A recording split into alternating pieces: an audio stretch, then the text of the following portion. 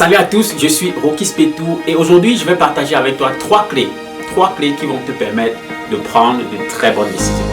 Vous savez, nous vivons dans un monde dans lequel on est confronté à beaucoup de difficultés et l'une des difficultés majeures, c'est la capacité à prendre de très bonnes décisions. Au quotidien, nous sommes bombardés par des informations, nous sommes bombardés par des opportunités, nous sommes bombardés par des idées, bombardés par des problèmes, par des situations. Et nous sommes appelés chaque jour à prendre des décisions, surtout à prendre de très bonnes décisions. Comment est-ce que tu peux t'y prendre lorsque tu as face à toi plusieurs options, lorsque tu as face à toi plusieurs situations, parfois très urgentes, parfois moins urgentes, parfois très délicates, parfois moins délicates. Lorsque tu es face à un certain dilemme, comment est-ce que tu peux t'y prendre pour prendre de très bonnes décisions? Voilà ce que je vais partager avec toi aujourd'hui. La première chose qu'il faut savoir, c'est que notre cerveau, la partie de notre cerveau qui est dédiée à la prise de décision, est la même partie de notre cerveau dans laquelle sont logées nos émotions. Ça veut dire que la décision et les émotions appartiennent à la même zone du cerveau. Ça veut dire que lorsque tu stimules cette partie du cerveau, tu es indirectement en train de stimuler et la prise de décision et les émotions.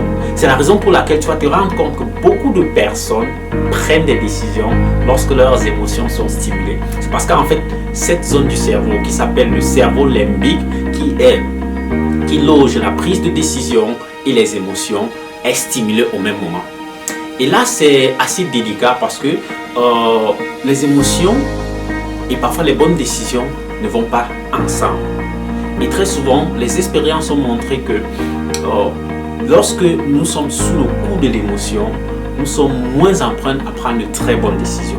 Nous sommes nous avons moins de lucidité à prendre de très bonnes décisions. C'est la raison pour laquelle certaines décisions qui sont prises sous le coup de l'émotion finissent par être regrettables.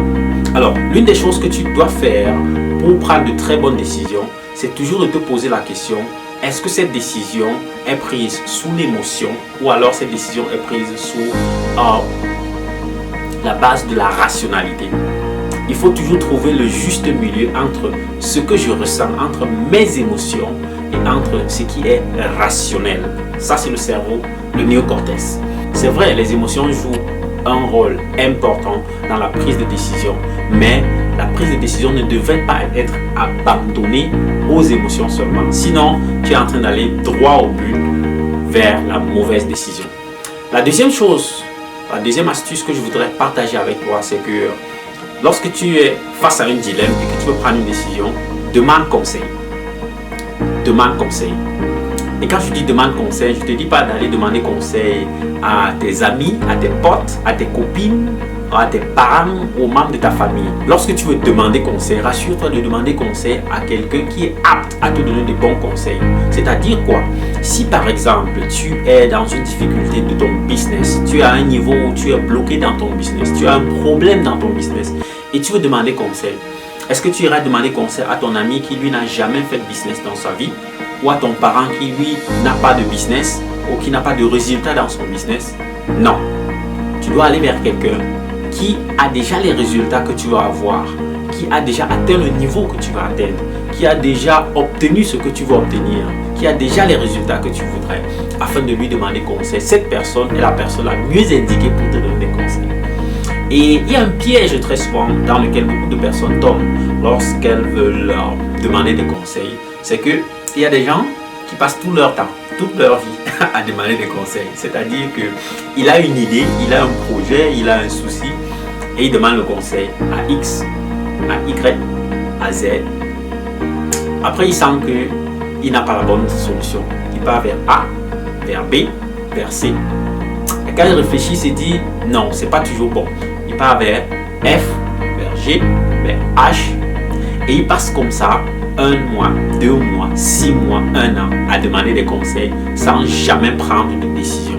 Le conseil est là pour te guider, pour t'orienter dans ta décision et non pour t'imposer une décision.